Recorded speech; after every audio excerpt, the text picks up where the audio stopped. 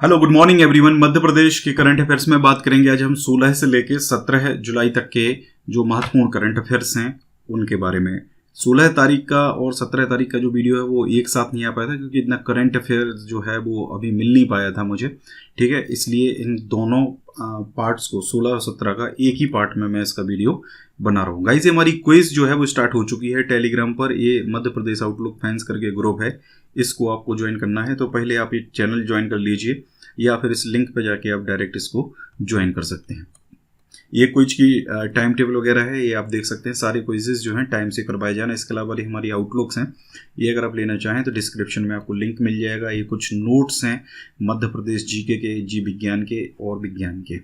ये कुछ पुराना कंटेंट है करंट अफेयर का, अगर आप लेना चाहें तो ले सकते हैं। कल 2 प्रश्न हमने पूछे थे कि बिरहा और विदेशिया नामक गायन तरीका मध्य प्रदेश के किस क्षेत्र में है, तो इसका जो सही आंसर है वो है बघेलखंड। दूसरा था गोंडवाना क्षेत्र मध्य प्रदेश के किस क्षेत्र में पड़ता है, तो इसका जो सही आंसर है वो दक्षिण पश्चिम मध्य प्रदेश है, वहां पर आपका गोंडवाना क्षेत्र जो है वो पड़ता है।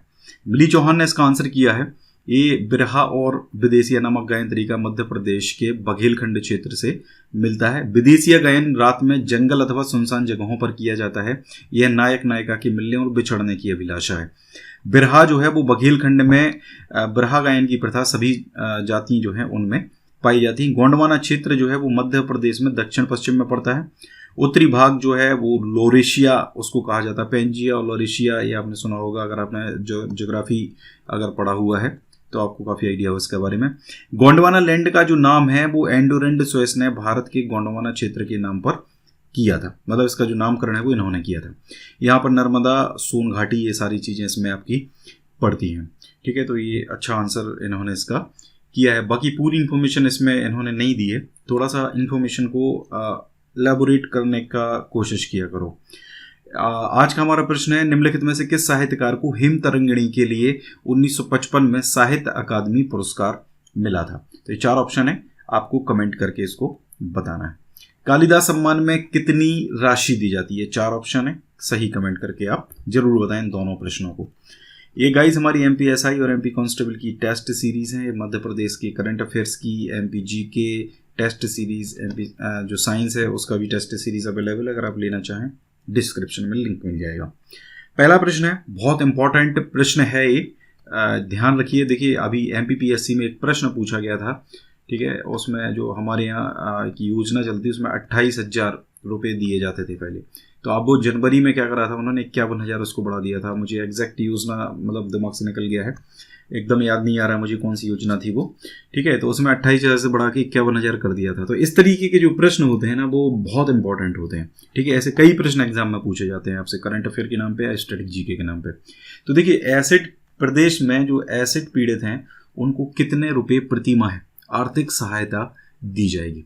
देखिए तो ये 5,000 रुपये भी हाल में डिसाइड किया गया है कि इनको जो एसिड पीड़ित हैं प्रदेश में उनको पेंशन दी जाती है अभी, उसके साथ साथ उनको 5,000 रुपये प्रति माह आर्थिक सहायता भी दी जाएगी, ठीक है। और सामाजिक न्याय और निःशक्तजन मंत्री हैं प्रेम सिंह पटेल, अभी हाल ही में बनाए गए हैं, ठीक है। तो इन्होंने मंत्रालय में कार्यभार ग्रहण करने के बाद तुरंत ही निःशक्तजन विभाग द्वारा प्रस्तुत उक्त प्रस्ताव संबंधी पहली फाइल पर अपनी सहमति दे दी है। मतलब पहला जो कार्य है वो इन्होंने यही किया, बहुत अच्छा कार्य इन्होंने अभी ये किया हुआ है, ठीक है। दिव्यांगजन अधिकार अधिनियम 2016 में जो दिव्यांगता की सूची है उसमें 7 से बढ़ाकर 21 प्रकार की वो कर दी गई है। दिव्यांगता की सूची मतलब कितने प्रकार से कोई दिव्यांग हो सकता है, जैसे अलग अलग परसेंटेज इसका होता है। जैसे किसी की अगर कोई कान में प्रॉब्लम है या किसी की कोई आंख में प्रॉब्लम है, कोई हाथ से है, कोई बिल्कुल चल ही नहीं पाता है, तो उसके हिसाब से उसका परसेंटेज होता है। तो वो सूची जो है वो 7 से बढ़कर 21 प्रकार की कर दी गई।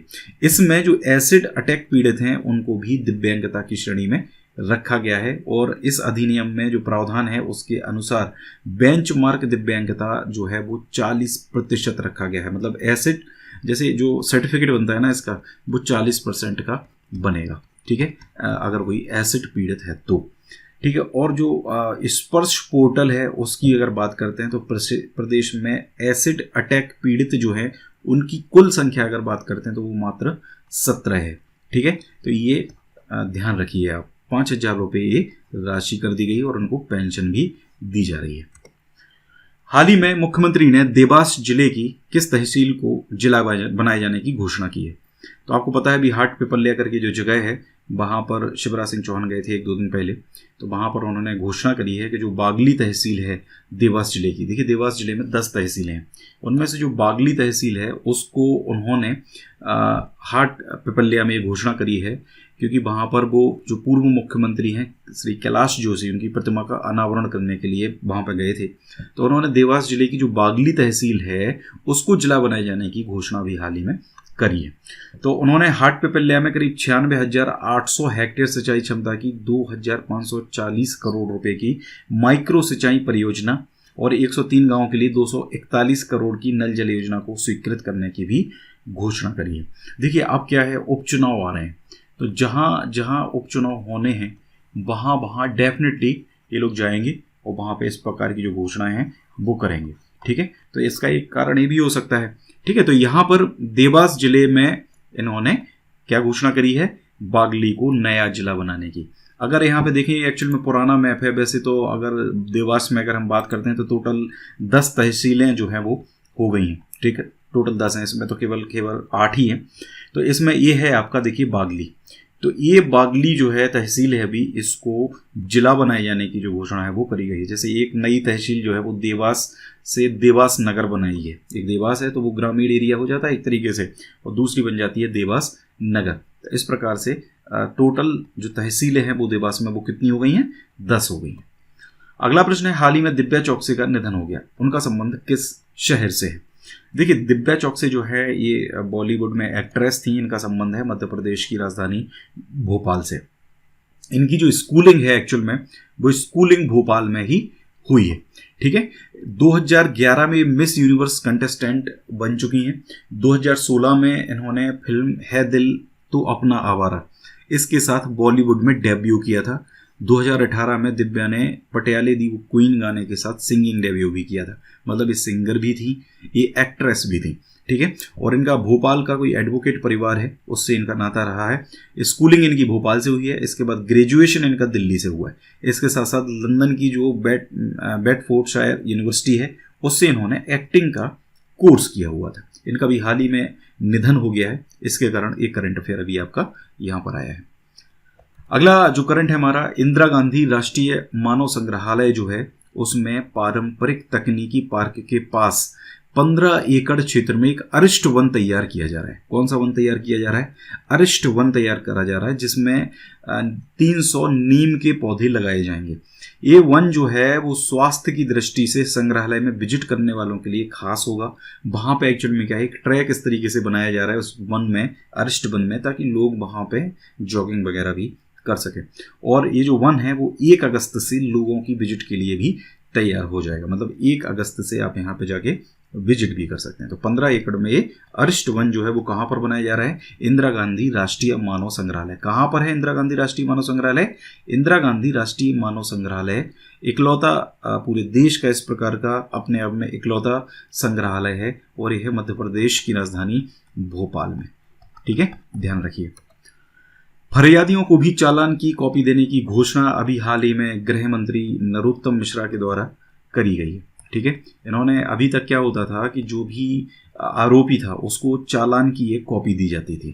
ठीक है, लेकिन अब प्रदेश में जो फरियादी हैं उनको भी इसकी एक कॉपी दी जाएगी। तो ऐसे बहुत सारे जो नवाचार हैं वो अभी करे जा रहे हैं जेल से संबंधित। एक और न्यूज़ में अभी देख रहा था, उसके बारे में नेक्स्ट करंट अफेयर में हम डिस्कस करेंगे। ठीक है, इससे पहले आपको पता होगा FIR आपके द्वार योजना की भी शुरुआत जो है वो मध्य प्रदेश में करी गई थी। कब करी गई थी? ये मई 2020 में करी गई थी। ठीक है, तो ऐसे ऐसे बहुत सारे इंपॉर्टेंट करंट अफेयर रहते हैं जो एग्जाम पॉइंट ऑफ व्यू से इंपॉर्टेंट हो जाते हैं। तो गाइस ये पूरा था हमारा आज का वीडियो, 16 और 17 जुलाई का वीडियो। अगर अच्छा लगा है लाइक करिए वीडियो को ज़्यादा से ज़्यादा, वीडियो को ज़्यादा से ज़्यादा शेयर करिए। Thank you very much.